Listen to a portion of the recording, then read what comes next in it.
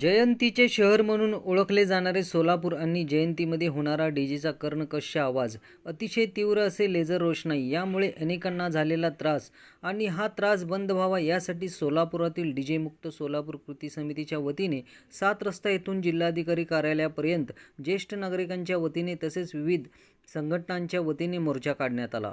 यावेळी सोलापुरातून डीजे बंद व्हावे यासाठी जिल्हाधिकारी यांना निवेदनही देण्यात आले। या प्रसंगी डीजे संदर्भात ज्येष्ठ विधितज्ञ धनंजय माने आणि इतर संघटनाच्या पदाधिकाऱ्यांनी आपले मत व्यक्त केले। या प्रसंगी ज्येष्ठ नागरिकांच्या वतीने आणि इतर संघटनांच्या वतीने अनेक घोषणाही देण्यात आल्या। आवाज कुणाचा, आवाज कुणाचा, आवाज कुणाचा, कसा त्रास झाला का, विशेषतः कानाला काय त्रास झाला आणि अलीकडल्या 10-15 दिवसामध्ये 2-3 जणांचा काहीतरी मला वाटतं मृत्यू झाला।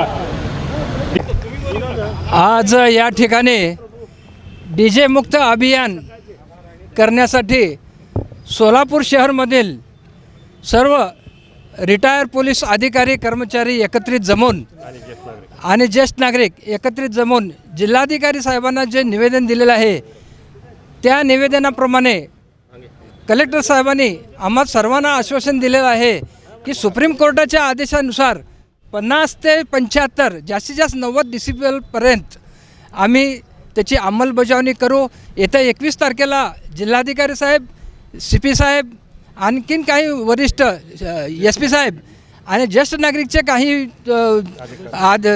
काही लोक हे एकत्रित येऊन 21 तारखेला मीटिंग घेणार आहेत। त्या मीटिंगमध्ये इतर मंडळाचे अधिकारी पदाधिकारी देखील येणार आहेत। त्याच्यामध्ये चर्चा करून योग्य ते निर्णय देऊ असं कमिशनर साहेब, जिल्हाधिकारी साहेबांनी आम्हाला आश्वासन दिलेलं आहे। आम्ही मैत्री ग्रुपचे जवळजवळ आम्ही 13 पोलीस अधिकारी आहोत।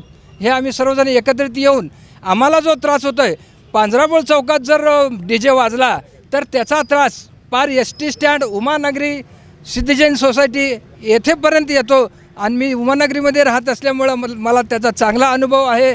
भयंकर जोरात आवाज असतो। 75 डेसिबल कुठलं, जवळजवळ मला वाटतं 300 डेसिबल आवाज असेल तर प्रशासनाने आमची विनंती मान्य करून 21 तारखेला काय चर्चा होईल यावर आपण वाट पाहूया। नमस्कार। आज आपण पाहिलं की सगळे ज्येष्ठ नागरिक या डीजे मुक्तीसाठी एकत्र आलेले आहेत।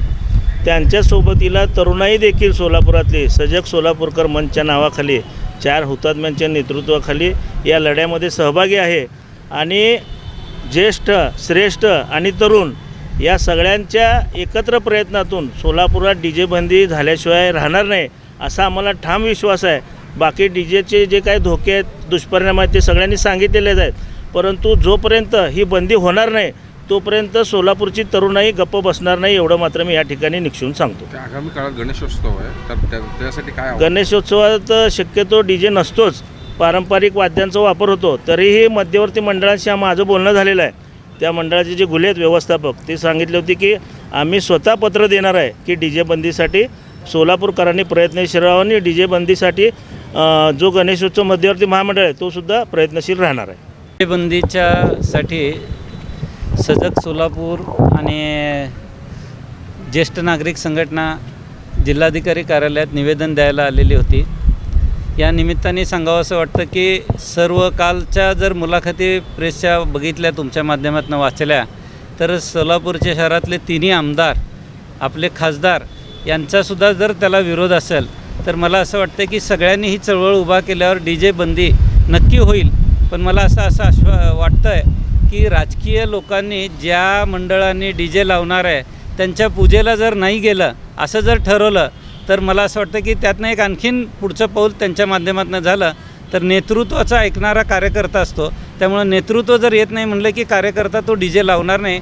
त्यामुळं मला असं वाटतं की तो एक 3 आमदार आणि खासदारांनी संकल्प करावा अशी माझी इच्छा आहे।